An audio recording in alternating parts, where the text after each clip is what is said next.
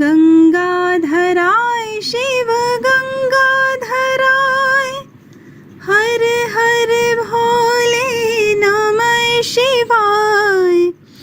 ओम नमः शिवाय, ओम नमः शिवाय, हर हर भोले नमः शिवाय। जटाधराय शिव जटाधराय, हर हर भोले नमः शिवाय। जटाधराय शिव जटाधराय, हर हर भोले नमः शिवाय। ओम नमः शिवाय, ओम नमः शिवाय, हर हर भोले नमः शिवाय। सोमेश्वराय शिव सोमेश्वराय, हर हर भोले नमः शिवाय। सोमेश्वराय शिव सोमेश्वराय, हर हर भोले नमः शिवाय। ओम नमः शिवाय, ओम नमः शिवाय, हर हर भोले नमः शिवाय। विश्वेश्वराय श्रीम विश्वेश्वराय, हर हर भोले नमः शिवाय।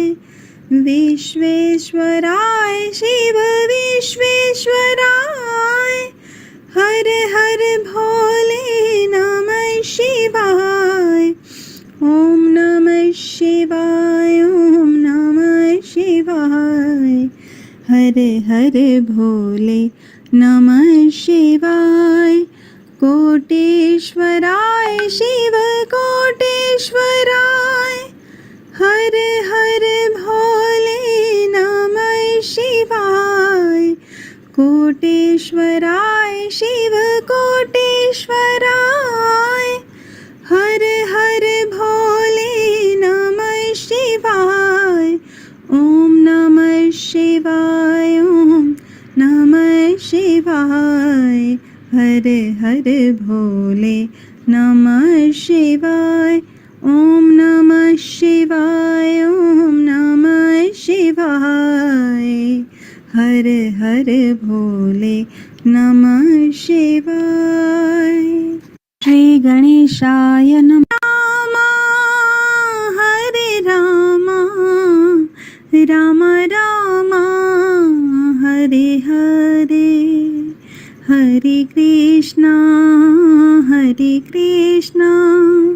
कृष्ण कृष्ण हरे हरे, हरे राम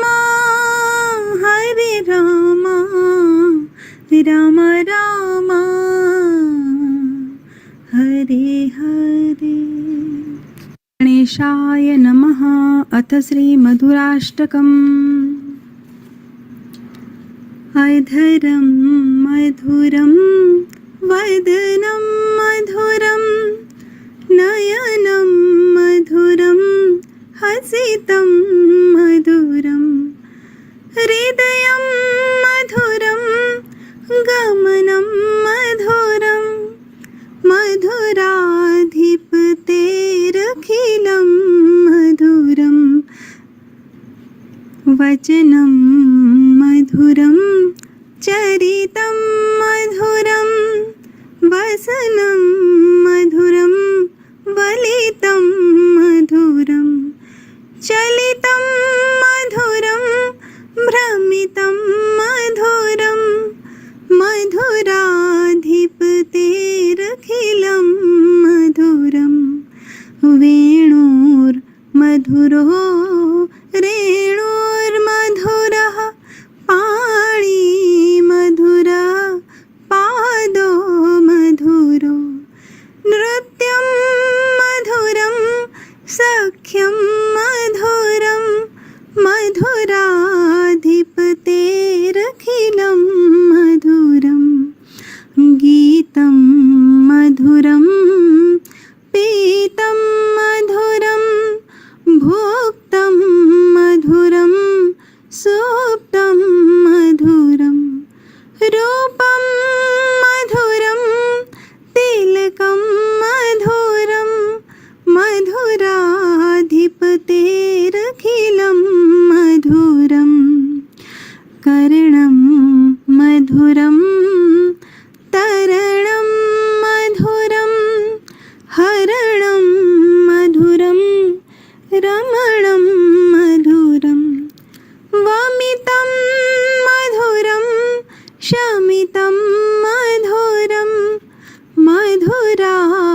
दीप्तेरखिलं मधुरं गुञ्जा मधुरा माला मधुरा यमुना मधुरा वीची मधुरा।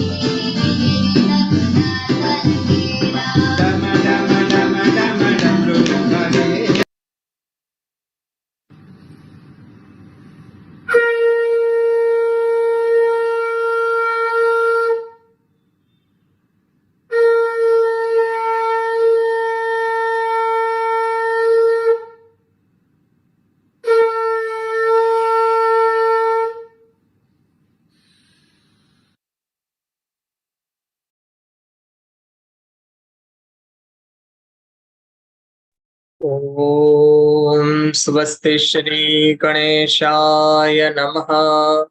श्री सरस्वत्यै नमः। वर्णानामर्थसङ्घानां रसानां छन्दसामपि मङ्गलानां च कर्तारौ वन्दे वाणी विनायकौ। भवानी शङ्करौ वन्दे श्रद्धा विश्वासरूपिणौ। याभ्यां विना न पश्यन्ति सिद्धास्त्वान्तस्थमीश्वरम्। वन्दे बोधमयं नित्यं गुरुं शङ्कररूपिणम्। यमाश्रितो हि वक्रोऽपि चन्द्रः सर्वत्र वन्द्यते। चन्द्रः सर्वत्र वन्द्यते। नमः पार्वतीपतये हर हर महादेव हर। काशिकापुरादिनाथ कालभैरवं भजे। ओम नमो भगवते महापुरुषाय महानुभावाय महाविभूतिपतये सकल सात्वतां परिवृढ निकर कर कुमलोपलालित चरणारविंद युगलः परमं परमेष्ठि नमस्ते। भगवान महादेव के श्री चरणारविंद में सदैन्य दंडवत प्रणाम करते हैं और आप सभी उपस्थित भाई बहन यह दिव्य भगवान शंकराचार्य जी द्वारा रचित सौंदर्य लहरी का रसपान करने के लिए जिज्ञासु आप सभी भाई बहन का बहुत बहुत स्वागत है। सबको जय श्री कृष्ण, जय माता जी, हर हर महादेव। सौंदर्य लहरी की महत्ता तो गुणातीत है, वाणी से अतीत है।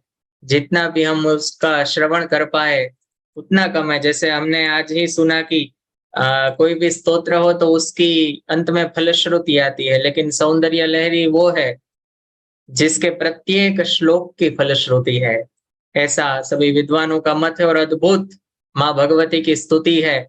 तो हम बिना समय गवाए आज हम जो सौंदर्य लहरी है उसके ऊपर संवाद करने वाले हैं। तो यह सौंदर्य लहरी के बारे में हम सबको जो बताएंगे, तो हम विनती करेंगे चेतनाबेन बूच जी से कि जो मुंबई महाराष्ट्र से है और माँ भगवती की उनके ऊपर बहुत ही कृपा है और माँ भगवती का हर समय वो स्मरण करते रहते हैं, उनकी कृपा का अनुभव सबको कराते रहते हैं, करते रहते हैं। ऐसे उनको मैं प्रणाम के साथ निवेदन करूंगा कि वो हम सबको सौंदर्य लहरी का रसपान कराए। सबको जय श्री कृष्ण, हर हर महादेव।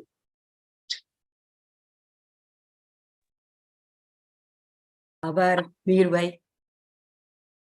ओम शुक्लांबरं धरं विष्णु शशिवर्णं चतुर्भुजं प्रसन्नवदनं ध्यायेत् सर्वविघ्नोपशान्तयेत्। सरस्वती नमस्तुभ्यं वरदे कामरूपिणी विद्यारंभं करिष्यामि सिद्धिर्भवतु मे सदा। गुरुर्ब्रह्मा गुरुर्विष्णु गुरुर्देवो महेश्वरा गुरुर्साक्षात् परब्रह्म तस्मै श्री गुरवे नमः। ईश्वरो गुरुरात्मेति मूर्तिभेद विभागिने व्योमवत् व्याप्त देहाय दक्षिणामूर्तये नमः।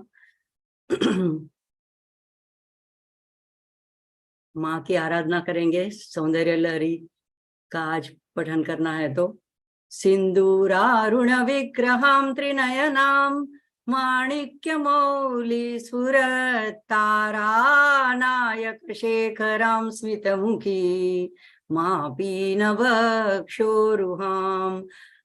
पाणिभ्यामलिपूर्णरत्नचषकं रक्तोत्पलं बिभ्रतीं सौम्यां रत्नघटस्थरक्तचरणां ध्यायेत् परामम्बिकां ध्यायेत् परामम्बिकाम् अरुणां करुणां तरंगिताक्षीं धृतपाशाङ्कुशपुष्पबाणचापाम् अणिमादिभिरावृतां मयूखैः रहमित्येव विभावये भवानी। श्रीमात्रे नमः।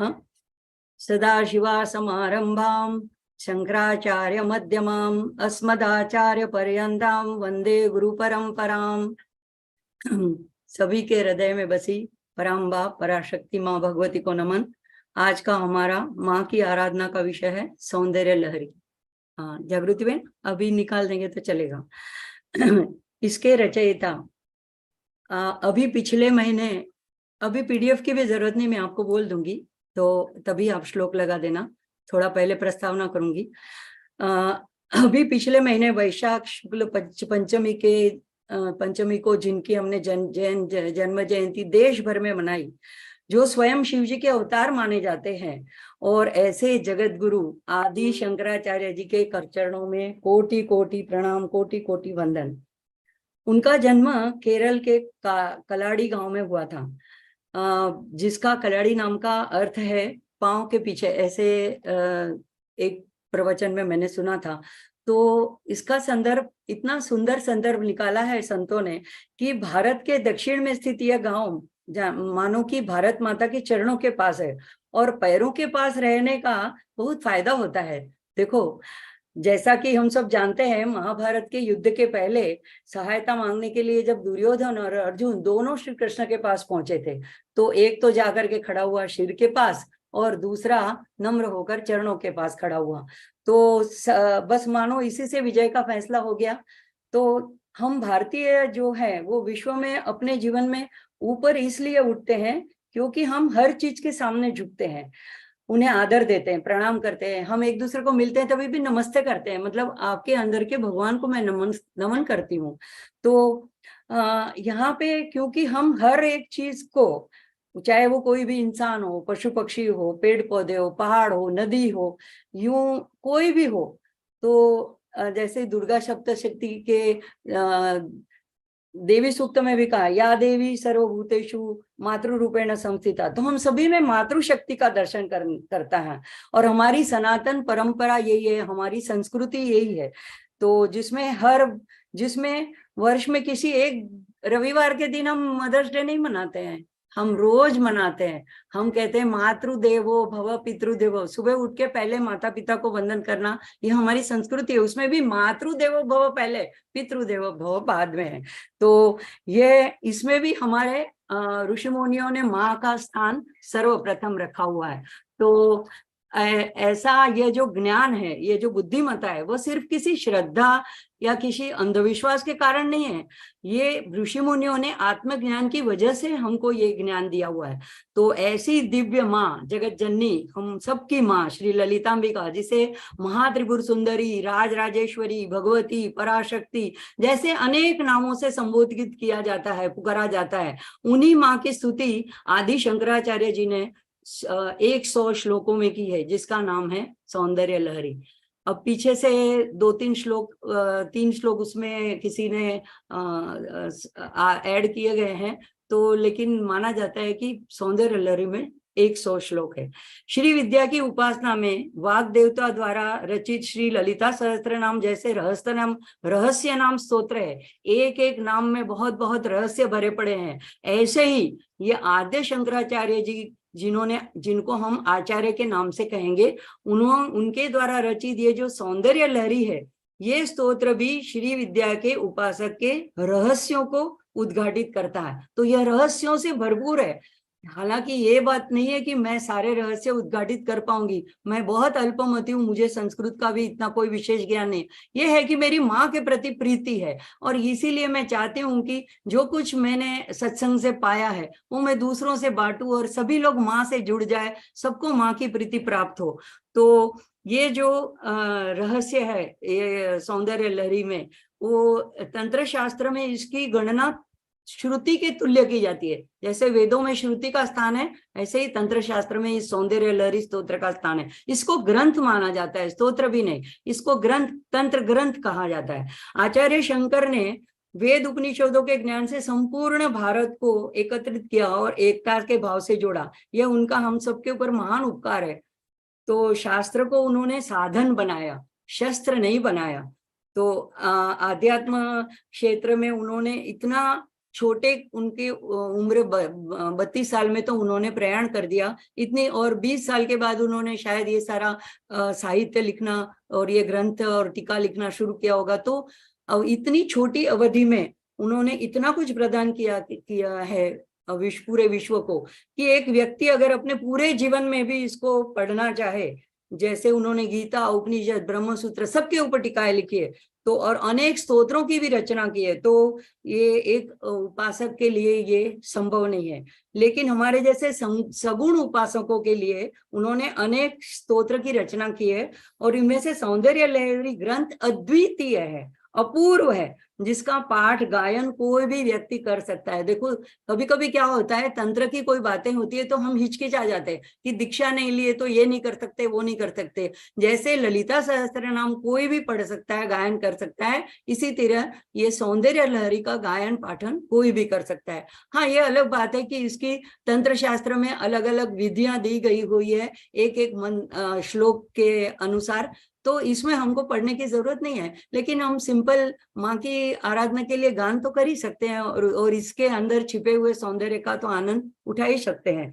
तो सौंदर्य लहरी जो है वो निर्गुण निराकार देवी महात्रिपुर सुंदरी की सुंदरता उनकी उदारता, उनका अनुग्रह, उनकी प्रशंसा के रूप में ये लिखा गया है। और ये मंत्रमय ग्रंथ है। देखो जैसे मीर भाई ने बताया, हर एक स्तोत्र के अंत में उसकी फलश्रुति दी जाती है। तो सारा स्तोत्र अगर पढ़ लो तो इतना उसका ये फल है। लेकिन ये ग्रंथ ऐसा है, एक एक श्लोक उसकी फलश्रुति है। एक श्लोक का पारायण करो, अनुष्ठान करो, उसी में से उसकी फलश्रुति है। तो 10 विद्याओं में भी जो तीसरी महाविद्या है, जो जिसको महात्रिपुर सुंदरी कहा जाता है, उसके नाम से ये सौंदर्य लहरी का वर्णन किया गया हुआ है। तो देखो यह स्तोत्र है जो है उस रत्न के समान है। उसमें 2 उन्मेष है, यानी दोनों 2 विभाग में ये विभक्त है। पहले उन्मेष में 1 से लेकर के 41 तक के श्लोक हैं, और दूसरे में बाकी के 100 तक के, 100 तक के, यानी 59 श्लोक उसमें शामिल है।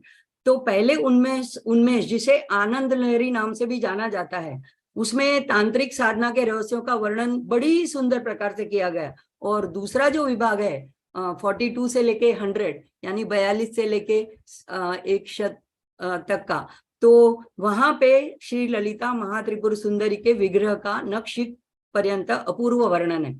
कई जगह अतिरिक्त 3 श्लोक भी शामिल किए हुए मिलते हैं और जोड़े गए, ऐसी संभावना है जो पीछे से।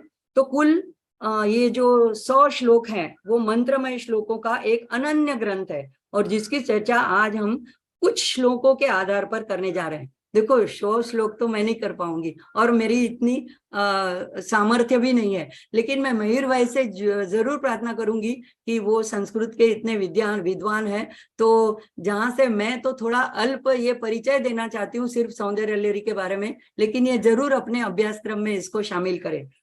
सौंदर्य लहरी शब्द जो है वो 2 शब्दों से बना है, सौंदर्य और लहरी। तो सौंदर्य का सामान्य अर्थ हम सब जानते हैं, सुंदरता, रमणीयता, आकर्षकता, दृष्टि को जो लुभा ले, प्रसन्न कर ले, खूबसूरती, शोभा, छटा, आभा, चमक, ये सारे सामान्य अर्थ है। लेकिन इसका गूढ़ अर्थ क्या है?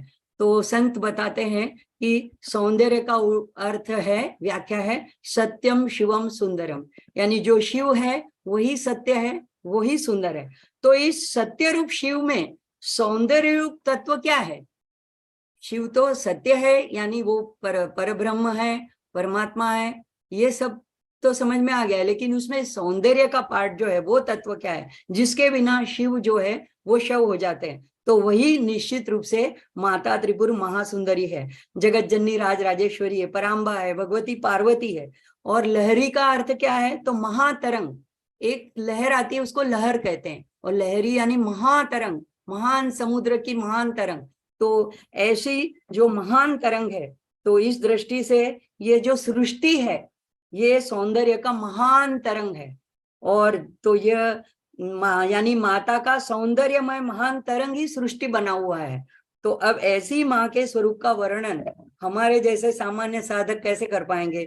तो इन्हें तो आत्म साक्षात्कारी पुरुष जैसे कोई शंकराचार्य जी आचार्य जैसे हो, या कोई रामकृष्ण परमहंस जैसे हो जो सीधे महाकाली से बात करते थे, ऐसे कोई परमहंस यही उनका वर्णन कर सकते हैं। तो हम तो प्रार्थना करेंगे बस माँ से कि हे माँ जगत जननी, हम आपके अबूझ शिशु हैं, हमारी बालक जैसी चेष्टा स्वीकार करें, और हमें आपके इस ग्रंथ के श्लोकों में छुपे हुए जो रहस्य हैं और जो अर्थ है, वो भावों हैं, उनका वर्णन करने की, अभिव्यक्ति करने की हमें क्षमता प्रदान करे, हमें शक्ति प्रदान करे। हमारी त्रुटि अगर इसमें कुछ रह जाए तो हमें माफ करे। यह शाक्त परंपरा का ग्रंथ है, इसमें ज्ञान भक्ति वैराग्य की त्रिवेणी प्रवाहित है। तो जो पहला जो विभाग है 1 से लेके 41 श्लोकों का, उसको कहते हैं आनंद लहरी। पूरे को सौंदर्य लहरी कहते हैं, लेकिन पहले विभाग को खास करके आनंद लहरी कहते हैं। आनंद लहरी क्यों? तो आनंद ये ब्रह्म का स्वरूप है। तो पहला जो उन्मेष है उसमें जो ज्ञान है वो भगवती की कृपा से ही होता है, और वही हमें ये ज्ञान करा देती है। जैसा कि ललिता सहस्त्र नाम में एक नाम आता है शिव ज्ञान प्रदायिनी। देखो ये सब पैरेलल जाएगा, शिव ललिता सहस्त्र नाम और सौंदर्य लहरी। वहां पे यहाँ पे जो कुछ रहस्य नहीं उद्घाटित होते हैं, यहाँ पे जो अर्थ नहीं पता चलता है, तो वो उसका आधार हमें और उसका स्रोत हमें ललिता सहस्त्रनाम में भी मिल जाता है। और दूसरे उन्मेष में आनंद को बताने वाली जो है भगवती, उसका स्वरूप प्रतिपादन किया है 59 श्लोकों में, तो उसको कहते हैं सौंदर्य लहरी। अब ये दो उन्मेष ऐसे कैसे बने, उसके पीछे भी एक छोटी सी कथा है। अब देखो, किंवदंती तो बनती ही रहती है, जो कोई महान पुरुष होते हैं तो उसके आसपास कोई ना कोई ऐसी कथा जोड़ी जाती है। तो हमने भी ऐसे संतों के मुख से सुनी है कि एक बार क्या हुआ कि आदि शंकराचार्य जी जो थे, वो शिव और पार्वती के साथ कैलाश में उनके दर्शनार्थ पूजा करने के लिए गए। और सभी जानते हैं कि उन्होंने पूरे भारतवर्ष की यात्रा की है, और उत्तर से लेके दक्षिण, पूर्व से लेके पश्चिम पैदल यात्रा की है, चारों दिशाओं में चारों मठों की भी स्थापना की है।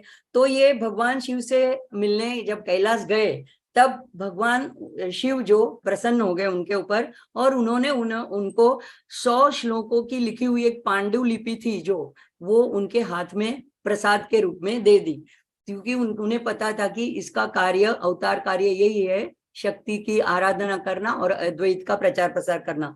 तो जब वो लौट रहे थे, तो नंदी जो भगवान के गण हैं, उनको ये थोड़ी मजाक सूझी, या उनको ऐसा लगा कि ये जो जिसमें माँ के सौंदर्य का वर्णन है, माँ के पूरे चरित्र का वर्णन है, तो ये मर्त्य लोक के लोगों के हाथों में नहीं जाना चाहिए, ऐसा कुछ सोच करके उन्होंने उसके हाथ से वो छीनना चाहा। तो ये छीना झपटी में क्या हुआ कि उसके 2 भाग हो गए, एक भाग तो नंदी के हाथ में चला गया और एक हाथ शंकराचार्य जी के हाथ में रह गया। और वो बड़े व्यथित हुए, तो वो लौटकर फिर शंकर जी के पास गए, और शिव शंकर जी भोलेनाथ को बोला कि ऐसी ऐसी घटना हुई, सारा घटना का हाल बताया। तो भगवान मंद मंद मुस्कुराए, और ये भगवान की लीला होती है। उन्होंने कहा, ठीक है, तुम्हारे हाथ में जो पाठ है 1 से लेके 41 श्लोकों था, वो तुम ऐसे रहने दो, और पीछे का जो हिस्सा तुम्हें नहीं मिला, वो तुम खुद उसकी रचना करना। तो ऐसा करके उन्होंने उनको आशीर्वाद दिए। तो जो शुरुआत के जो आनंद लहरी के श्लोक है, ये माना जाता है कि शिव जी ने खुद अपने उनके लिखे हुए हैं, लेकिन शंकराचार्य जी ने इसके ऊपर बहुत सारा प्रकाश डाला है। तो अब ये जो विभिन्न शक्तिशाली मंत्र हैं, उनके प्राचीन अनुष्ठानों के ऊपर भी ये जो श्लोक है 1 से 41 तक, वो प्रकाश डालते हैं। और दूसरा जो विभाग है वो थोड़ा सिंपल है, उसमें आचार्य ने स्वयं उसकी रचना की, और मुख्य रूप से देवी के स्वरूप को, भौतिक विग्रह को वर्णन करते हैं। तो आनंद लहरी में माता की आंतरिक पूजा का महिमा है। आंतरिक पूजा 2 तरह से की जाती है, एक श्री यंत्र की तो करती है, लेकिन अपने शरीर के अंदर भी श्री यंत्र चक्रों के रूप में स्थापित है। तो उसकी मानसिक पूजा करनी, आराधना करनी, ये सर्वश्रेष्ठ माना जाता है। तो माँ की महिमा, कुंडलिनी शक्ति के बारे में, श्री चक्र के बारे में, मंत्रों के बारे में, ये सारी व्यवस्थित व्याख्या जो है वो पहले से लेके 41 श्लोक के अंदर शामिल है। और यहाँ पे शिव का एक धारक यानी धारण करने वाला एक फलक, उसके रूप में वर्णन है, और उसके ऊपर विराजमान जो है वो शक्ति है, अर्थात महात्रिपुर सुंदरी, वो प्रमुख है, मतलब वो अपनी स्वातंत्र है। तो ललिता सहस्त्रनाम में भी बताया है कि स्वतंत्र, तो उनके कार्य में शिव जी कोई दखल नहीं देते हैं, उनको अपनी सारी शक्ति उनको प्रदान कर दी है कि आप अभी जो करना चाहो तो कर सकते हो। तो माँ का ललिता सहस्त्रनाम में एक नाम ये भी है, इच्छा शक्ति, ज्ञान शक्ति, क्रिया शक्ति रूपिणी।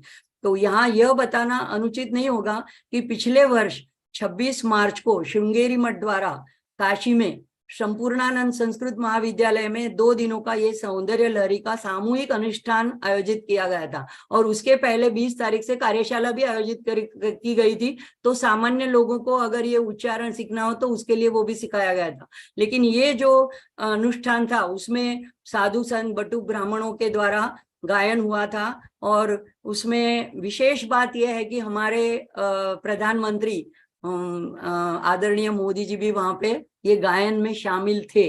तो अब आते हैं हम आनंद लहरी के, मतलब इसका कितना महत्व है ये बताने के लिए मैंने ये बात यहाँ पे जोड़ी है कि इसका हम नॉर्थ के लोग ज्यादा नहीं जानते, यहाँ पे इसका इतना प्रचार प्रसार नहीं है। साउथ में तो जैसे घर घर में सारे लोग ललिता सहस्त्रनाम का पठन करते हैं, छोटे छोटे बच्चों को ये बाय हार्ट होता है, तो वहां पे उसका प्रचलन ज्यादा है। तो अब हम आते हैं आनंद लहरी के प्रथम श्लोक के ऊपर। तो आज की इस प्रथम कड़ी में हम कुछ श्लोकों का ही देखेंगे और उसके द्वारा माँ की आराधना करेंगे। भूमो स्खलित पादानां भूमिरेवावलंबनम त्वयि जातापराधानां त्वमेव शरणं शिवे।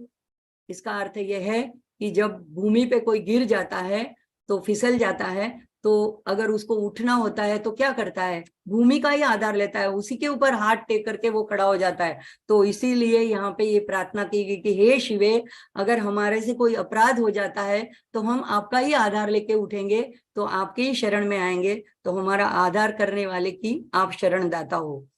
अभी पहला श्लोक देखेंगे। शिव, ये शिखरिणी छंद में लिखा गया है। शिखरिणी छंद के 19 अक्षर होते हैं एक एक चरण में, उसमें 6 के बाद यति होती है यानी ठहराव होता है, और बाद में 12 अक्षर होते हैं। अभी इसमें भी मजे की बात यह है कि पार्वती की माँ की आराधना की गई है, तो शिखरिणी एक रूप से देखें तो पर्वत की वो पुत्री है, तो इसीलिए भी उनके लिए उचित यही छंद है, शिखरिणी छंद। तो जैसे शिव महिम्न में है, ऐसे ही यहाँ पे ये शिखरिणी छंद है। शिव शक्त्या युक्तो, ये 6 के बाद यति, यदि भवति शक्त प्रभवितुं न चेदेवं देवो न खलु कुशल स्पन्दितुमपि अतस्त्वामाराध्यां हरिहर विरिञ्चादिभिरपि प्रणन्तुं स्तोतुं वा कथमकृत्य पुण्य प्रभवति। कथम अकृत पुण्य, ये यहाँ पे संधि हुई है। अब इसका अर्थ देखेंगे। मैं भावानुवाद, शिव शक्त्या युक्तो, यानी शिव जब शक्ति से युक्त होते हैं, तो हे भगवती, भगवती माँ से ये प्रार्थना की है कि हे भगवती, शिव शक्त्या युक्तो, जब शिव आपके साथ शक्ति के साथ युक्त होते हैं, तभी यदि भवती, अगर होते हैं तो शक्तः प्रभवितुम, तभी वो समर्थ होते हैं, प्रभवितुम यानी समर्थ होते हैं, तो सर्जन करने के लिए, वो सृष्टि की रचना करने के लिए सामर्थ्यवान तभी बन पाते हैं। और पराशक्ति से अगर संयुक्त ना हो तो न चेदेवं देवो न खलु कुशल, न खलु कुशल, मतलब तभी वो सामर्थ्यवान नहीं हो सकते हैं। अगर वो न चेदेवं, तो ये जो अगर ऐसा ना हो तो मैं सच कहता हूं कि वो तुम अपि, स्पंदन करने जितना भी, मतलब एक छोटा सा एक स्पंदन, एक छोटा सा कुछ एक आंख का इशारा करते हैं, एक छोटा सा स्फुरण करते हैं, इतना करने में भी वो शक्तिमान नहीं होंगे।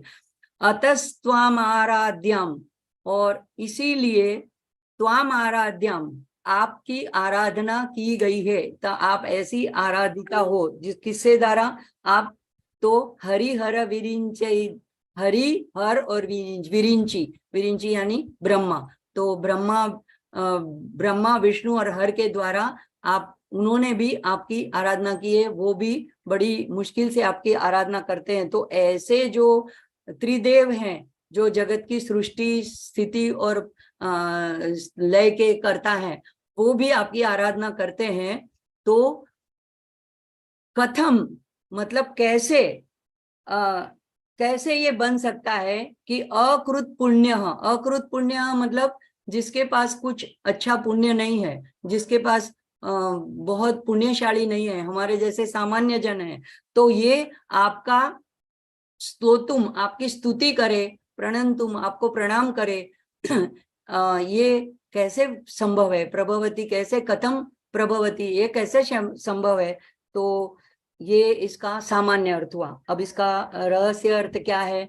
शिव शक्त्या युक्तो, तो इसमें पहला शब्द आता है शिव, और शिव जो है उसमें अगर ई दीर्घ ई, ये जो आ, ये शक्ति बीज है वो अगर ले लेते हैं तो ये शिव में सिर्फ ई शव बच जाता है। शिव जो है उसका अकार का प्रतिनिधित्व, संस्कृत की वर्णमाला के एक एक अक्षर हैं, ये सारे मातृका वर्ण रूप है, उसमें सबसे पहला जो अ है, स्वर जहां से शुरू होते हैं, वो शिव का प्रतिनिधित्व है, वो शिव को दर्शाता है, और ई जो है वो शक्ति को दर्शाता है। तो दोनों के सायुज्य से, सामरस्य से ही सर्जन होता है। मतलब शिव और शक्ति दोनों मिले, शिव शब्द में ही ई यानी शक्ति उसमें सम्मिलित है। तो ये दोनों के सामरस्य से ही सर्जन शक्य पॉसिबल होता है, शक्य होता है। तो इसका फल क्या है? तो सामान्य फल बताते हैं कि सब प्रकार का वैभव संपत्ति देने वाला है, और कई कई जगह पे इसके एक एक श्लोक के बीज मंत्र भी दिए हुए हैं। कोई किसी जगह दिया है कि इसका क्लीम बीज है, कोई कहता है कि अगर ये 1000 बार रोज पढ़े जाए अमुक दिनों तक तो ये दीक्षा प्राप्त गुरु के पास से जाना जाता है। हम इसकी चर्चा में नहीं पढ़ेंगे, लेकिन ये दिव्य माता की प्रशंसा की है कि जब 3 देव ये जब आपकी पूजा करते हैं तो एक साधारण पुण्य वाला आदमी जिसके कम पुण्य है वो कैसे कर सकता है? तो इसमें रहस्यार्थ क्या है? यानी हमको इतने अधिक पुण्य अर्जन करने होंगे जिससे हम माँ की आराधना कर पाए। तो ये कैसे शक्य होगा? तो ये शिव शक्त्या युक्तो, इसमें से बताया गया है कि ये श्री विद्या की परंपरा में श्री विद्या की आराधना के द्वारा, श्री विद्या की उपासना के द्वारा हम पुण्य अर्जित कर सकते हैं और माँ की आराधना कर सकते हैं। तो इसमें यहाँ पे जो है, हम जो श्लोक है वो वाच्य है शिव का, ये इसका ऐसे श्री विद्या के साथ जोड़ के इस तरह से इसका अर्थ बताया जाता है। तो हम बीज शिव को दर्शाता है और सह बीज जो है वो शक्ति को दर्शाता है। तो जिसे उलटने से सोहम भी बन जाता है, यानी सह अहम या तो सो अहम। तो ये देवी अथर्वशीर्ष के 14वें मंत्र में इसका उल्लेख आता है। इसको कहते हैं पंचदशी के मंत्र। पंचदशी के मंत्र जो है उसका जो पहला जो विभाग है वो है ह स कल रिम। तो ये ह और स जो 2 अक्षर यहाँ पे शिव और शक्ति के द्वारा दर्शाए गए हैं, तो एक प्रकार से यहाँ पे इसका मंगलाचरण भी किया गया है और एक प्रकार से ये भी प्रतिपादित किया गया है कि ये श्री विद्या के जो पहला उसका मंत्र है, पंचदशी का पहला जो विभाग है उसकी भी यहाँ पे दर्शित किया गया है। तो देवी अथर्वशीर्ष में आता है कामो योनि कमला वज्रपाणिर्गुहा मातरिश्वा ब्रह्मेन्द्र पुनर्गुहा सकला मायया च पुरच्चेषा विश्वमाता दिविद्योम। तो ये एक एक अक्षर जो है ये पंचदशी के मंत्र के एक एक अक्षर को दर्शाता है। अपरोक्ष रूप से, प्रत्यक्ष रूप से ये ऐसे मंत्र दिए नहीं जाते हैं, गुरु के मुख से ही लेना होता है, इसका दीक्षा लेना होती है। तो इसको इस तरह से छुपा के मंत्र में परोक्ष रूप से पिरो के बताया जाता है। तो यहाँ पे भी इस तरह से इसको दर्शाया गया है।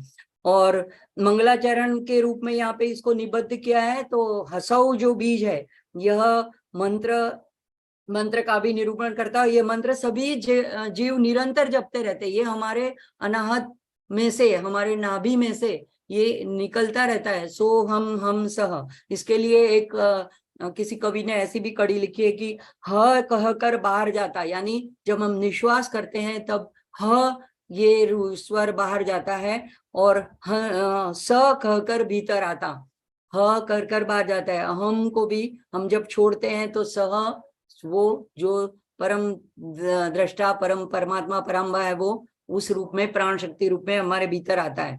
और हंस हंस जपे सब यह क्यों मन को भरमाता। तो लेकिन हम हमेशा जपते हैं लेकिन हमें ये अनाहत नाद, ये अजपा जाप, यह गायत्री अजपा जायत्री हमें सुनाई नहीं देती। तो इस तरह शुरू के श्लोकों में माँ की आंतरिक पूजा की विवेचना का वर्णन है और सभी स्तोत्र के पाठ का फल अंत में श्रुति फलश्रुति के में बताते हैं, लेकिन यहाँ पे जैसे पहले बताया, एक एक मंत्र का एक एक फलश्रुति है, हर एक की एक एक फलश्रुति है।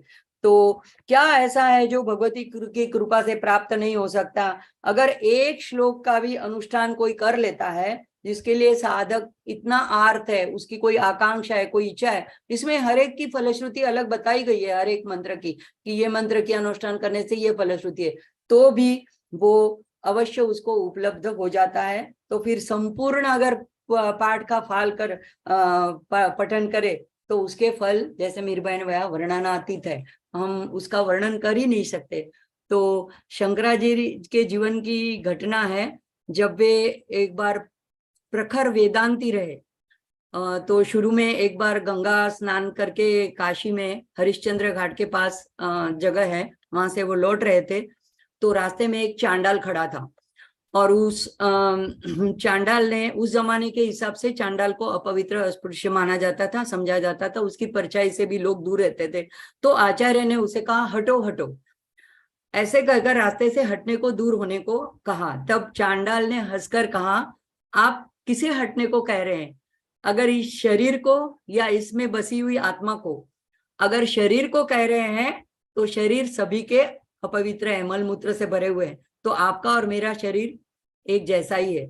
अगर आत्मा को कह रहे हैं हटने को, तो आत्मा सबकी एक है, वह अपवित्र हो ही कैसे सकती है, वो सब जगह व्याप्त है।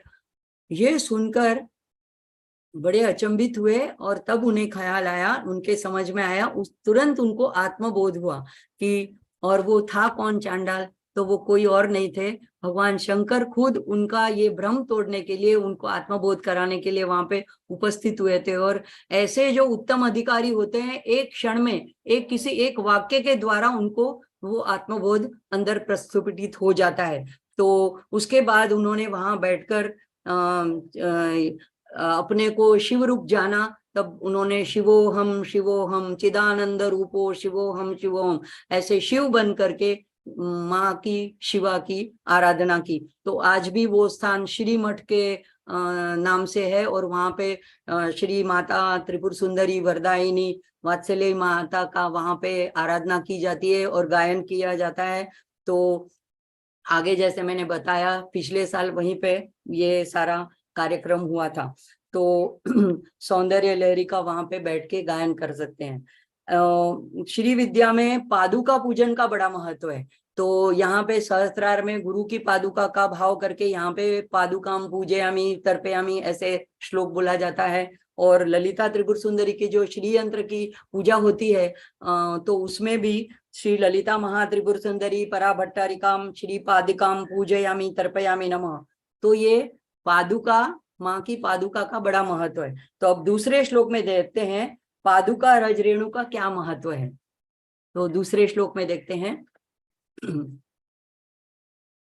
तनीयां संपासु तव चरण पंकेरुह भवम विरिञ्चिः सञ्चिन्वन् विरचयति लोकान् विकलम् वहत्येनं शौरिः कथमपि सहस्रेण शिरसां हरः संक्षुब्धैनं भजति भसितोद्दूलन विधिम्। तो यहाँ पे भावार्थ देखते हैं इसका। चरण कमल की रज का प्रभाव बताते हैं कि तव चरण पंकज रूह भवम, माँ आपकी जो चरण रज है, उसका आधार लेकर के, उसको लेकर के, उस थोड़ी सी चरण रजकर को लेकर के, विरंची यानी ब्रह्मा, तो संचिन्वन विरचयति, विरचयति मतलब संचिन्वन मतलब बड़ी कुशलता से, बड़ी परफेक्शन से, बड़ी सहजता से वो रचना करते हैं। लोकान विकलम, अविकलम, तो बहुत अच्छी तरह से वो उनको इकट्ठा करके, संचिन्वन इकट्ठा करके उनका 14 लोकों का भुवन का निर्माण करते हैं। और दूसरा क्या होता है, तो शौरी ही, ये शौरी ऐसे जिसको सहस्त्र शिर है उसके लिए यूज किया जाता है, तो अनंत के लिए यूज किया जाता है। यहाँ पे ये विष्णु के लिए यूज किया गया है, क्योंकि पुरुष सूक्त में विष्णु को भी इसी तरह से वर्णन के सहस्त्र शीर्ष सहस्त्र पाद, तो वह तेनम वहन करते हैं, शौरी विष्णु वहन करते हैं। कथमपि सहस्त्रेण शिरसाम, तो उनको चरण रेणु को आधार से, उनके प्रभाव से वो ये 14 लोगों को अपने शिर सहस्त्र ऐसे यानी अनंत शिरों के ऊपर उनका वहन करते हैं। यानी एक रचयिता है, दूसरा स्थिति उसका पालन करता है, और तीसरा हर यानी रुद्र ये क्या करते हैं, तो संक्षुब्धेनम उनका चूर्ण करते हैं, तो उसको पूरा लय कर देते हैं। और फिर भसितोद्धूलनम अविधिम, तो अपना पूरा शरीर के ऊपर वो धूलि को, भस्म को अर्पित कर देते, उससे लिप्त हो जाते हैं, और इस तरह आपको भजते हैं। तो ये कहते हैं कि देखो, सिर्फ आपकी थोड़ी सी चरण रज की प्रभाव से ही इतना सारा काम होता है, मतलब और कुछ करने की आपको जरूरत ही नहीं। और एक जगह में ऐसे भी कहा जाता है कि माँ की चरण की धूल यानी क्या, तो इसका रहस्यार्थ ऐसा है कि माँ ने जो पुष्प धारण किए हैं, माँ ने अपने गलों में पुष्प की माला, सिर पे भी 5 प्रकार के, ललिता सहस्त्र नाम में इसका वर्णन आता है, चंपका, अशोक, पुन्नाग, सौगंधी, कलशत्कचा, तो जो 5 प्रकार के अलग अलग सुगंधित फूलों को माँ ने धारण किए हैं, तो उसमें से जो परागरज नीचे गिरती है, जो रेणु गिरती है, वो माँ के पैरों को छूती है, तो माँ की पैरों को छूने की वजह से, चरणों को छूने की वजह से वो चरण रज बन जाती है। तो ये चरण रज मतलब इतनी सहज वस्तु को लेकर के चरण रज की भी इतनी महिमा है। जैसे हम रामायण में देखते हैं, राम मर्यादा पुरुषोत्तम थे, तो ऐसा नहीं कि उन्होंने जाके अपने चरणों को छुआया है अहिल्या को जो शिलावत पड़ी थी, नहीं, सिर्फ हवा के झोंकों से जो राम जी के चरणों के ऊपर वो चल रहे थे हनुमानी, तो उनके चरणों के ऊपर की दो धूल थी, हवा के झोंकों से उड़ करके जो उसके ऊपर अर्पित हुई, उसी से उसको उसका श्राप निवारण हुआ और वो शल्या में से अहल्या प्रकट हुई। तो ऐसे चरण धूलि की महिमा, और रामचरितमानस में गुरु चरण की भी बहुत सारी महिमा बताई है। तो यहाँ पे शंकराचार्य जी माँ के चरण रज की महिमा बताते हुए कहते हैं, तो यह चरण रज जो ऐसे ही अभी श्लोक में कैसे शक्ति ही वहीं प्रकट होती है, तो यहाँ पे इसका बीज जो बताया है वो रिम बताया है। अब यह रिम बीज से बताया है कि यहाँ पे 3 शक्ति जो ब्रह्मा, विष्णु और हर में है, वो माँ की शक्ति है। माँ के पास से उन्होंने शक्ति प्राप्त की है, और भक्ति रूप में वो ऐसे कहते हैं कि ये छोटे छोटे कण जो है, ये इसके रूप में, यानी छोटे छोटे आत्मा है, तो इनको लेकर के उनको शरीर प्रदान करके उनके कर्मों के हिसाब से उनको पुनर्जीवन करके उनकी रचना करते, ब्रह्मांड की रचना करते। और ये छोटे छोटे कण जो है वो बाद में वापस वो चरण कमल के रूप में, चरण रज के रूप में वापस उसको भस्म कर देते हैं, और शिवजी उसको अपना लेते हैं, अपने में विलीन कर देते हैं, भस्म के रूप में अपने ऊपर लेपन कर देते हैं, तो अंगीकार करते हैं अपने पास। ऐसे ये दूसरे श्लोक में चरण रज की महिमा बताई। आगे देखेंगे तीसरे श्लोक में, यहाँ पर चरण धूलि के और आगे चलो, वो तो ब्रह्मा, विष्णु और महेश की बात हुई, तो ये लोग देवता लोगों को क्या कैसे वो चरण धूलि का उपयोग करते हैं। लेकिन यहाँ पे अब बताते हैं कि मनुष्यों को, हम सामान्य लोगों को यह चरण धूलि किस तरह से प्रभावित करती है। तो अविद्यानामन्तस्तिमिरमिहिरद्वीपनगरी जडानां चैतन्य स्तबकमकरन्द श्रुतिझरी दरिद्राणां चिन्तामणिगुणनिका जन्म जलधौ निमग्नानां दंष्ट्रा मुररिपुवराहस्य भवति। तो 4 प्रकार के लोगों की यहाँ पे बात है। एक है अविद्या नाम जो लोग अविद्या यानी अज्ञानी है, जिनके पास विद्या नहीं है और उनके पास ऐसा तिमिर है, मतलब अविद्या के अज्ञानी मनुष्य के अंतर में ऐसा मनंत, उनके अंतकरण में ऐसा तिमिर, ऐसा अंधकार छाया हुआ है अज्ञान रूपी, तो उनके लिए माँ की चरण रज क्या बनती है? तो मिहिर, मिहिर भाई का नाम आ गया, मिहिर द्वीप नगरी। तो जैसे सूर्य नगरी बन जाती है, सूर्य नगरी बन जाने से क्या होता है? सूर्य के प्रकाश से उनके अंतःकरण का जो अंधकार है, अज्ञान का अंधकार है, वो दूर हो जाता है। यानी यहाँ पे माँ की ज्ञान स्वरूपिणी बताइए। जड़ा नाम चैतन्य, जो जड़ है, मूर्ख है, जिनको अभी माँ की भक्ति का भी कुछ पता ही नहीं है, तो ऐसे जो है उनके लिए क्या है, अगर वो भी माँ की चरण रज पा लेते हैं, अगर माँ के चरण में चले जाते हैं, तो उनके लिए वो चैतन्य के स्त्रबक, एक चैतन्यों का गुलदस्ता, ऐसा फूलों का गुलदस्ता, लेकिन वो चैतन्य रूपी गुलदस्ता बन जाता है और उसमें से मकरंद, यानी उसमें से वो जो स्राव होता है, सुगंधी आती है, वो मकरंद आता है, मधु आता है, उसकी श्रुति जरी, उसका मकरंद की रसधारा बहने लगती है। यानी कि उसको भी जो कुछ, अगर वो जीवन में जड़ मूर्ख है तो, लेकिन जो कुछ पाना चाहता है तो उसको वो भी सुधा रूप से, मकरंद रूप से मिल जाता है। दरिद्राणाम, कोई अगर दरिद्र है, उस धन की उसको कमी है, तो ऐसा अगर वो चरण रज का आश्रय लेता है तो उसको चिंतामणि, चिंतामणि कही जाती है कि ऐसी मणि की जो अगर किसी के पास आ जाए तो वो जो कुछ चिंतन करे, जो कुछ इच्छा करे, वो उसको प्राप्त हो जाता है। लेकिन यहाँ पे चिंतामणि गुणनिका, सारी चिंतामणि का हार ही बन जाता है और वो उसके लिए आप ऐसा हार बन जाते हो, यानी उसको अखूट ऐश्वर्य प्रदान करते हो। जन्म जलधो, जल के अंदर जो डूबे हैं, जन्म मरण के संसार रूपी चक्र में जो डूबे हुए हैं, निमग्ना नाम, जो अंदर डूब गए हैं, ऐसे के लिए ये आपकी चरण रज क्या करती है? तो दंष्ट्रा, दंष्ट्रा यानी दो दाढ़, और मूर रिपु, मूर यानी मुरारी, उसका रिपु यानी कृष्ण यानी विष्णु, विष्णु का जो तीसरा वराह स्वरूप अवतार था, तो वराहस्य भवती, यानी कि जिस तरह से वराह बनके भगवान विष्णु ने पृथ्वी को जल में से उबारा था, जो पृथ्वी डूब रही थी तो जल में से उन्होंने अपनी दाढ़ों से, उसको पुराणों में आती है कथा, उसको ऊपर उद्धार किया था, उबारा था। इसी तरह आप, हम जो जन्म मरण के ऐसे भव सागर में हम डूब रहे, निमग्न हैं, ऐसे अज्ञानी को आप संसार सागर में डूबने वालों को वराह बनकर आपकी चरण धूलि, आपको और कुछ करना नहीं है, सिर्फ चरण धूलि का आश्रय करने से, चरण धूलि से ही ये काम हो जाता है कि वो वराह रूप बन करके उबार लेते हैं हमें। और वराह का दूसरा अर्थ ऐसा भी होता है कि अगर कोई ऐसा है कि उसके अंदर इतने सारे अज्ञान और विकार है जिस वजह से वो डूब रहा है, तो उन विकारों का, उस हिरण्याक्ष का भी वराह रूप से वो नाश कर देती है।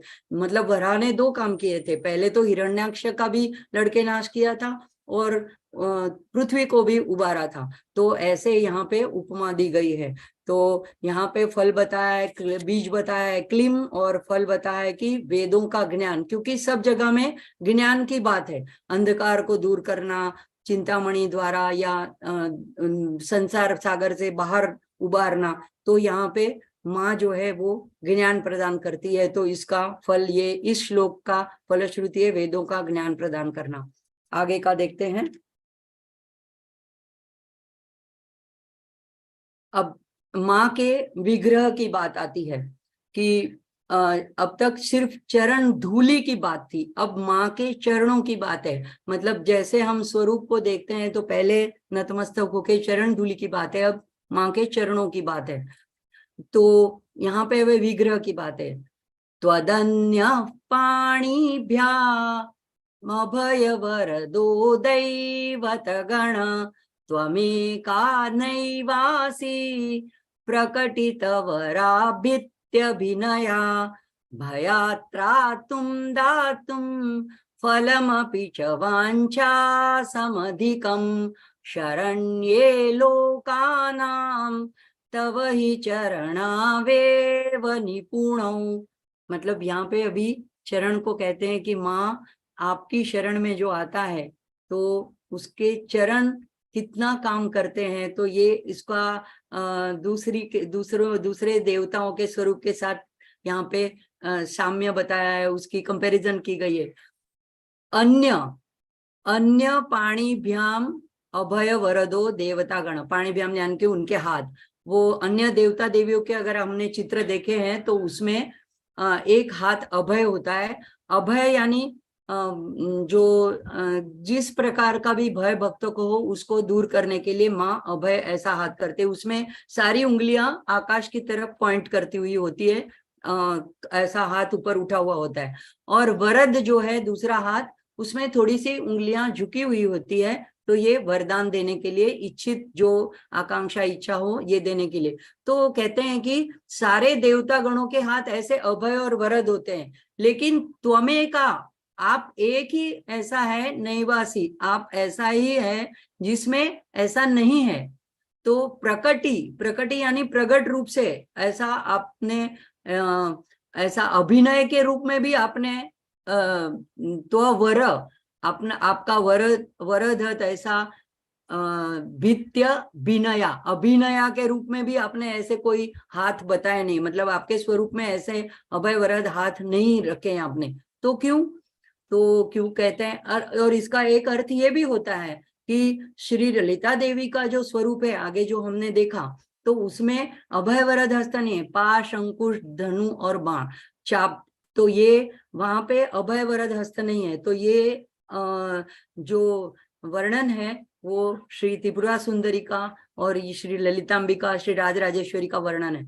तो यहाँ पे लिखते हैं कि भयात्रातुम, भय से त्राता करने के लिए, रक्षण करने के लिए, और दातुम फलम अपि, फल देने के लिए, च वांछिताम, वांछिता समधिकम, जो वांछा करते हैं, जो इच्छा करते हैं उसे अधिक देने के लिए, ऐसा फल देने के लिए, तव ही चरणावेव निपुणो, हे माँ आपके शरण में जो आते हैं, शरण्य लोका नाम, उनको चरण एव, सिर्फ चरण ही निपुण है, मतलब समर्थ है। आपके चरण अगर पकड़ लिए तो इतना ही काफी है कि उनको अभय और वरद प्राप्त हो ही जाता है, उसके लिए आपको ऐसी मुद्रा करने की भी जरूरत नहीं है। तो यहाँ ये ध्यान का विग्रह है, और इस विग्रह जिसमें हाथ में पाश अंकुश बाण और धनुष है, तो इसका फल जो है कि कोई भय रोग दरिद्रता ये हो अगर किसी व्यक्ति के जीवन में, तो इस श्लोक के पारायण से उसको मुक्ति मिल सकती है। इसका बीज है दुम। तो ये जानने की वैसे तो आवश्यकता नहीं है, कहीं लिखा है तो मैंने बता दिया, लेकिन हम सिर्फ भक्ति भाव से, प्रेम से, श्रद्धा से पारायण करें तो फल तो अपने आप आने वाला ही है। देखो अमृत का सागर हो, अगर कोई ये सोच के समझ के कि ये अमृत का सागर है, उसमें डुबकी लगाता है तो वो अमर हो जाता है, अमृत पा लेता है। लेकिन अगर कोई ऐसा व्यक्ति है जिसको पता नहीं है और कोई दूसरा आकर के उसको धक्का दे देता है और वो धक्के से वो अंदर गलती से गिर जाता है, अनजाने में गिर जाता है, तो क्या वो समुद्र उसको अमृत नहीं देगा? अमृत का समुद्र क्या उसको अमृतमय नहीं बनाएगा, अमर नहीं बनाएगा? तो ऐसे किसी के कहने से, किसी के धक्के देने से भी, तो अगर हम पठन कर ले तो भी हमको फल प्राप्त होगा ही होगा। तो ऐसी भावना रख के हम ये स्वाध्याय कर रहे हैं। तो आगे हम देखते हैं, ये जो 4 हाथों की वर्णन की बात है, तो आगे के श्लोक में हम इसके बारे में डिटेल में देखेंगे। हाँ, अब इसमें बताते हैं कि अच्छा आप इतना करते हो तो ऐसा कोई आपने किसी के ऊपर पहले कृपा की थी क्या, ऐसे संशय आ सकता है। हम किसी को जानते हैं कि किसी के ऊपर आपने ऐसी कृपा की हो, तो यहाँ इस श्लोक में बताते हैं, हरिस्त्वामाराध्य प्रणत जन सौभाग्य जननीम पुरा नारी भूत्वा पुररिपुमपि क्षोभमनयत् स्मरोऽपि त्वां नत्वा रतिनयन लेयेन वपुषा मुनीनामप्यन्तः प्रभवति हि मोहाय महताम।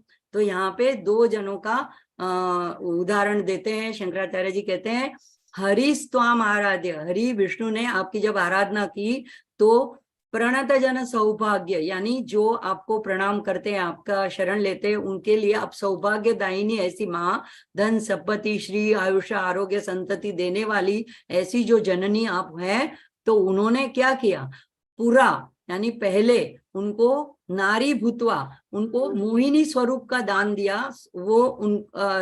वो इसकी कथा समुद्र मंथन में आती है कि जब देवो दानवों ने समुद्र मंथन किया, हलाल विष निकला, वो तो शिव जी ने प्राशन कर लिया। लेकिन जब अमृत निकला तो दोनों में झीना झपटी हुई, तब भगवान को मध्यस्थी करनी पड़ी। उनको तो ये नहीं चाहते थे कि दैत्य भी अमर बन जाए, तो उस वक्त उन्होंने, हरि ने माँ की आराधना की। और उसकी बात आती है शिव के तंत्र शास्त्र में कि माँ ने खुद उनको ऐसा पंचदशी मंत्र दिया जिसके 6 चरण हैं। तो ये अलग पंचदशी मंत्र है, उससे उन्होंने माँ की आराधना करी। और तब उसके उपाय रूप माँ ने उनको अपना जो मोहिनी स्वरूप, सुंदर स्वरूप था, आकर्षक स्वरूप था, वो माँ ने उन्हें प्रदान किया। तो वो मोहिनी रूप हो गए। और वो इतना मोहक था। लेकिन वो इतना मोहक क्यों था? ललिता त्रिपुर सुंदरी ने खुद ने अपना सौंदर्य, अपना स्वरूप उनको दिया था। तो इसीलिए शंकर भी मोहित हो गए, आकर्षित हो गए। तो यहाँ पे लिखा है कि पुररिपु, पुररिपु यानी उसके जो पुर राक्षस के जो दुश्मन है, उसके जो रिपु के अक्षर, वो है शंकर भगवान। तो वो भी क्षोभमनायत, उनको भी क्षोभ हो गया, उनको भी मोह हो गया, वो भी क्षोभित हो गए। तो ये आपके प्रभाव है, आपको प्रणाम करने का, आपकी कृपा प्राप्त करने का ऐसा प्रभाव है।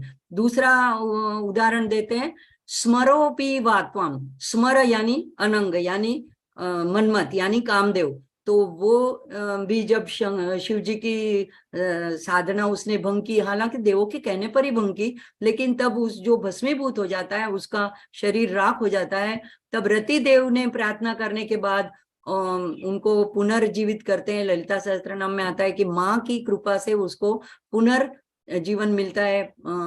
तो ये संजीवन औषधि ऐसे आता है माँ का नाम।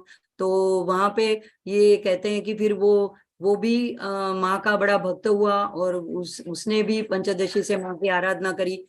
तो उनको ऐसा माँ ने रूप दिया आकर्षक, कि जो और लोगों की नजर में तो ना आए, लेकिन रति नयन लेयन, रति यानी उनकी पत्नी के सिर्फ दृष्टि में आए। और वह ऐसा वपुषा, ऐसा देह उनको माँ ने प्रदान किया। तो ऐसे देह से उसने क्या किया? तो मुनि नाम अप्य, जो बड़े बड़े महताम, बड़े महान ऋषि मुनि है, उनको भी उनको मोह में प्रभवती, मोह के प्रभाव में डाल दिया, यानी कि उनको मोहित करने में वो समर्थ हो गया। तो ये दोनों उदाहरण देके भगवान कहते हैं कि इसका फल ये से बताया कि आकर्षण शक्ति, सम्मोहन शक्ति और सौभाग्य प्रदान। और इसका बीज मंत्र है इम, और कई जगह में ठ भी है। एक एक मंत्र के 2-3 बीज मंत्र और 2-3 यंत्र भी हो सकते हैं। उस मंत्र के हिसाब से यंत्र बनता है, और यंत्र की भी आराधना लोग करते हैं, या सिर्फ मंत्र का पुनश्चरण करके मंत्र का अनुष्ठान करते हैं। तो ये दोनों का उदाहरण दिया। अब आगे बताते हैं 6वें श्लोक में, धनु पौष्यम मौर्वी मधुकरमयी पंचविशिखा, वसंत सामंतो मलय मरुदायोधरनथ, तथाप्येक सर्वं हिमगिरिसुते कामपि कृपाम्, अपांगात्ते लब्ध्वा जगदिदमनंगो विजयते। तो यहाँ पे कहते हैं वो अनंग जो था, जो काम देव था, उसने कैसे, माँ वो आपका उपासक था, तो उस पर आपने कृपा करने से उसने कैसे साधन में जगत पर प्राप्त करने के लिए, विजय प्राप्त करने के लिए कैसे निपुण हो गया, जो क्योंकि उसके साधन तो सारे अपूर्ण थे। तो हे माँ, आपके सिर्फ अपांगाते लब्वा, मतलब आपके एक सिर्फ कृपा दृष्टि से, आपकी एक सिर्फ तिरछी नजर से, एक दृष्टि से ही उसको, इसने जगद आदि मनंगो विजय थे, पूरे जगत के ऊपर विजय प्राप्त किया। तो उसका वर्णन कैसे करते कि हे माँ, कामदेव के पास जो धनुष है वो पौष्पम यानी पुष्प का बना हुआ है। तो ये पुष्प का बना हुआ धनुष कोई इतना सामर्थ्यवान, इतना शक्तिशाली, इतना कोई मजबूत धनुष्य नहीं है। तो ऐसा धनुष्य लेके वो चला है लोग जगत को जीतने के लिए। और मोरवी मधुकरमयी, मोरवी माने मतलब उसकी रस्सी जो है वो भंवरों से बनी हुई है। भंवरे जो है वो ऐसे एक लाइन में शिस्तबद्ध जाते हैं, तो ऐसे एक के बाद एक भंवरे ऐसे बने हुए हैं। और वो भंवरों के बनी हुई रस्सी, अभी देखो वो कितनी अस्थिर और चंचल है, उस रस्सी को ऐसे खींचे भी नहीं जा सकता है। तो ऐसी रस्सी वाला आपका धनुष है अनंग का, और पंचविशिखा, और उसके पास सिर्फ 5 बाण है, और वो भी पुष्प से बने हुए। और उसके साथ उसकी सेना कौन है, उसके साथ कौन चल पड़ा है उसके साथी, तो वसंत सामंतो, एक वसंत ऋतु जिसको भी शरीर नहीं है, ऐसी एक वसंत ऋतु जो है वो ही उसका सामंत है, वही उसके साथ चल रहा है। और उसका वाहन क्या है, तो मलय मरुदा, मलय मलयगिरी पर्वत के ऊपर से, चंदन के पहाड़ों के ऊपर से जो सुगंधित मरुद पवन आता है वो ही उनका रथ है। अब देखो सौम्य मंद पवन चल रहा है, वो इतना धीरे धीरे चल रहा है, वही उसका रथ है। अभी ऐसे वाले रथ के ऊपर बैठ के, ऐसे चंचल भंवरों से बनी डोरी से, और ऐसे सिर्फ 5 बाण से वो क्या कर सकता है उसका। तो बोलते हैं कि ऐसे साधनों से जगत को जीतना अशक्य था, लेकिन फिर भी आपकी कृपा कटाक्ष दृष्टि से वो ये समर्थ हो जाता है। तो शंकराचार्य जी कहते कि आपके विग्रह में तो इक्षु का दंड है, इक्षु यानी गन्ने का दंड है। तो वो तो गन्ने का दंड में अगर उसका रस प्राप्त करना हो तो उसको पीसना पड़ेगा, उसमें से रस प्राप्त करने के लिए। मनोरूपेक्षु को दंडा, ऐसे ललिता सहस्त्र नाम में आता है।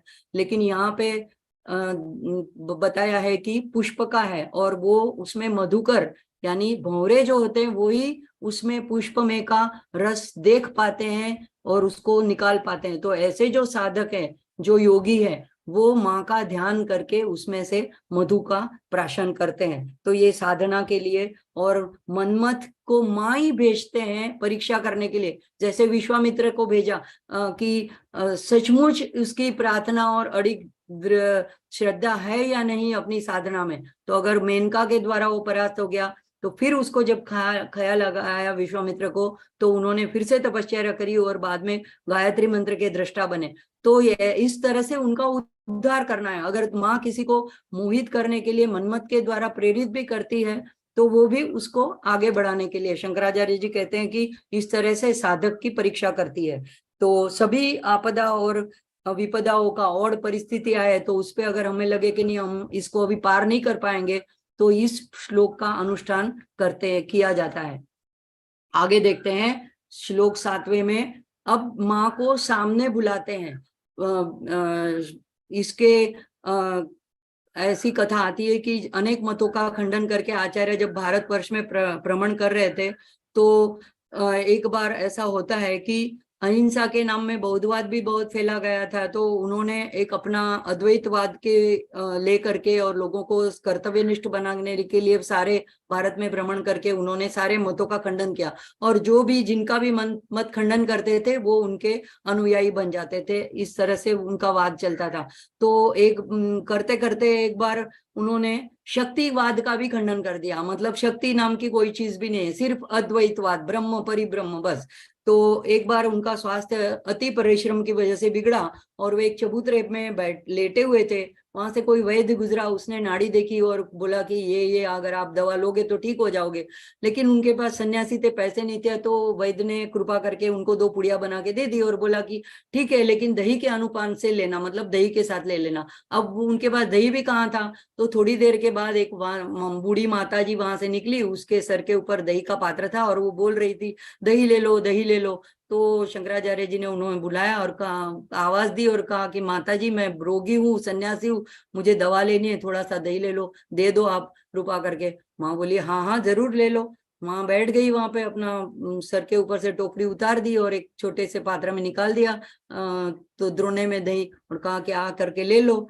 तो जब ऐसे कहा तो वो कहते हैं कि माँ वहां आकर लेने की शक्ति मुझ में नहीं है, इतनी कृपा और कर दो कि मेरे पास आकर दे दो।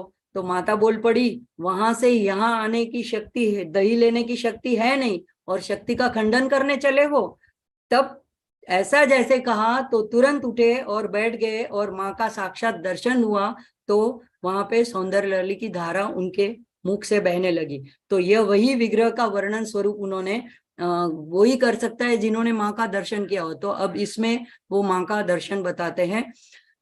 कणत्काञ्चीदामा करिकलभकुम्भस्तननता परिक्षीणा मध्ये परिणत शरच्चन्द्रवदना धनुर्बाणान् पाशं श्रुणिमपि दधाना करतलैः पुरस्तादास्तान्न पुरमतितुराहो पुरुषिका। तो ये बहुत ही सुंदर ऐसा वर्णन है। उसमें पुरस्तादा स्थान, ये जो आखिरी लाइन में पहला शब्द है पुरस्ताद आस्तान नह, यानी माँ आप पुरस्ताद हमारे सामने आकर के, सन्मुख आकर के खड़े रहो। तो यह किस रूप में आप खड़े रहो उसका सारा वर्णन यहाँ पे 4 कड़ियों में दिया गया है। और कौन माँ किसको बुलाते हैं, तो कहते हैं पुरमथि तुराहो पुरुषिका। शिव ने पुरुमथि तुहु यानी जिन्होंने त्रिपुरासुर का नाश किया था, ऐसे शिव की आप पुरुषिका यानी उनकी पत्नी हो, उनकी पुरुष और उसका स्त्रीलिंग रूप पुरुषिका। तो ऐसी जो माँ हो उनकी शिवा हो, तो हे माँ आप हमारे सामने आकर के खड़े रहो, सन्मुख आओ। तो बाद में क्या और उपमाएं दी है, तो धनुर्बाणान पाशम श्रुणमपि दधाना करतले। माँ आप जो ऐसी माँ जिन्होंने अपने हाथ में धनुष, बाण, पाश और अंकुश यह अपने हाथों में जिन्होंने धारण किए।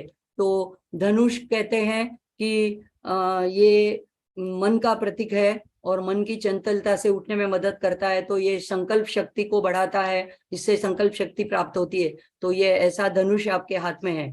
और दूसरे एक हाथ में आपने पाश रखा है। तो ये पाश जो है ये हमको पाश राग को छुड़ाने में मदद करता है। तो ये हमको संयम शक्ति देता है।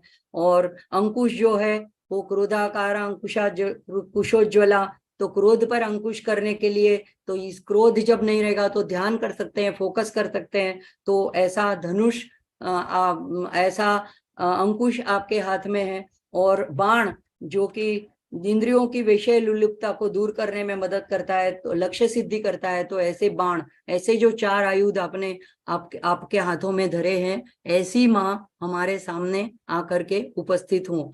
और उसमें आगे फिर कहा है परीक्षिणा मध्य, आपकी मध्य भाग जो है वो एकदम पतला है। और परिणित शरद चंद्र वदना, आपका जो मुख है वो शरद चंद्र, शरद ऋतु के चंद्रमा की तरह है। तो यहाँ पे संदर्भ है कि सौम्यता का, शीतलता का, और आर्द्र करुणा रसपूर्ण आह्लादता का। तो ऐसे माँ का वर्णन है कि माँ के चारों हाथों में 4 आयुध है और माँ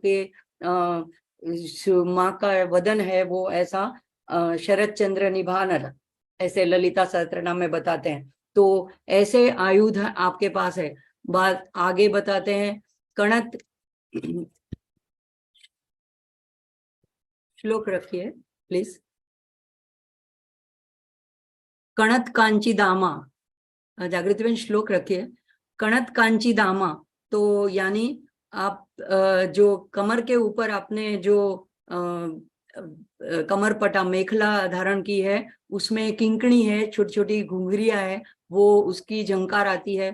तो इसका भी ऐसा है रहस्यार्थ की मातृका रूप वर्णनी हो आप, और नाभि अनाहत नाद वहां से उठता है। सारे वर्णों की आप में से ही उत्पन्न हुए हैं, सारे संपूर्ण वर्णमाला के अ से लेके क्ष तक। और सारी भौतिक सृष्टि और ध्वन्यात्मक सृष्टि की आप सृजन करता हो। तो उसका संदर्भ यहाँ पे कणत कांची दामा से मिलता है। और कर कलिभ कुंभ स्तननता, तो करीकल यानी हाथी के छोटे बच्चे के गंडस्थल यहाँ पे जो होते हैं, ऐसे उरोज वाली माँ। तो यह कोई विषयासक्त व्यक्ति ने किया हुआ वर्णन नहीं है, ये सन्यासी ने, अद्वैत आत्मसाक्षात्कारी व्यक्ति ने किया हुआ वर्णन है।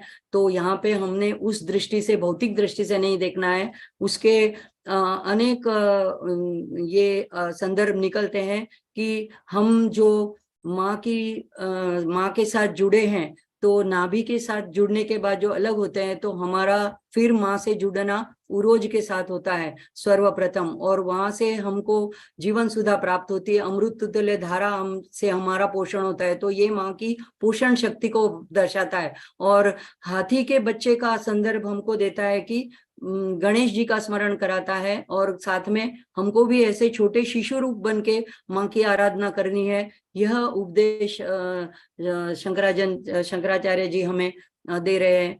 तो इसमें भी उसके बचपन की एक घटना है कि जब वो उसके पिताजी कहीं बाहर गए थे, तो 2 दिनों के लिए उनको ये दायित्व दिया गया था कि वो माँ को भोग लगाए। तो एक दिन उनकी माता भोग लगाती है, और दूसरे दिन उनको कुछ काम आ गया, तो नन्हे शिशु को शंकर को कहते हैं आप माँ को दूध का भोग लगा दो। और वो जब पूजा घर में जाके लगाते हैं तो माँ भोग प्राशन नहीं करती है, तब वो बड़े विकलित हो जाते हैं कि माँ पिताजी देते हैं तब तो आप ले लेते हो, और मेरा कोई अपराध है या मैं कोई ऐसी व्यक्ति हूँ, अस्पृश्य हूँ, मैं कोई पापी हूँ, क्यों आप मेरे हाथ से प्राशन नहीं करते हो। तब माँ को दया आती है उसके भोलेपन पे, तो माँ आकर के प्रकट होकर के वो पूरा प्राशन कर लेती है। तब फिर से वो शिशु रोने लगता है। अब माँ कहती है अब क्या हुआ, तो कहते हैं कि रोज तो आप मेरे लिए थोड़ा प्रसाद का बाकी बचाते हो, आज तो आप पूरा ही प्राशन कर गए, मेरे लिए प्रसाद भी नहीं रखा। माँ इतना इसके भोलेपन से द्रवित हो जाती है और इतनी प्रसन्न हो जाती है कि उसको उठा करके अपने छाती से लगा के स्तनपान कराती है। तो ये उसके बाद में उनमें इतनी बुद्धि प्रतिमा आती है कि सारा उनको छोटी उम्र में वेदों का सारा ज्ञान प्राप्त हो जाता है। तो ये भी संदर्भ है कि उन्होंने इस सारे संदर्भ से कहा है कि हमको साधक को शिशु बन के माँ की आराधना करनी है। आज के लिए हम यहीं पे रुकेंगे, बोलते बोलते टाइम ज्यादा हो जाता है। तो मेरा यह अल्प प्रयत्न है सौंदर्य लहरी के बारे में कुछ बातें बताने का। यह सारा सत्संग आराधना माँ के चरणों में अर्पण करती हूँ। और तन्मय शिव संकल्पमस्तु द्वारा यह जो हमारे सनातन धर्म के स्तोत्रों का जन जन घर घर तक पहुंचाने का उपक्रम यज्ञ कर्म चल रहा है, उसमें सहभागी आप सबका आभार व्यक्त करती हूँ। मुझे माँ की आराधना करने का अवसर देने के लिए जागृति बहन अभी इसकी जरूरत नहीं है, मैं यहीं पे समाप्त करती हूँ। तो ये आप माँ की आराधना करने का अवसर देने के लिए मेरी मीर भाई का भी मैं पुनः आभार प्रकट करती हूँ।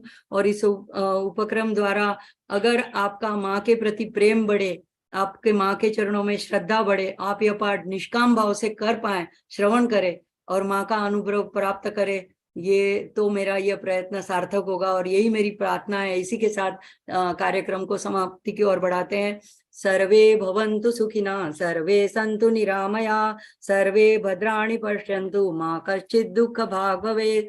ओम असतो मा सद्गमय, तमसो मा ज्योतिर्गमय, मृत्योर्मा अमृतं गमय।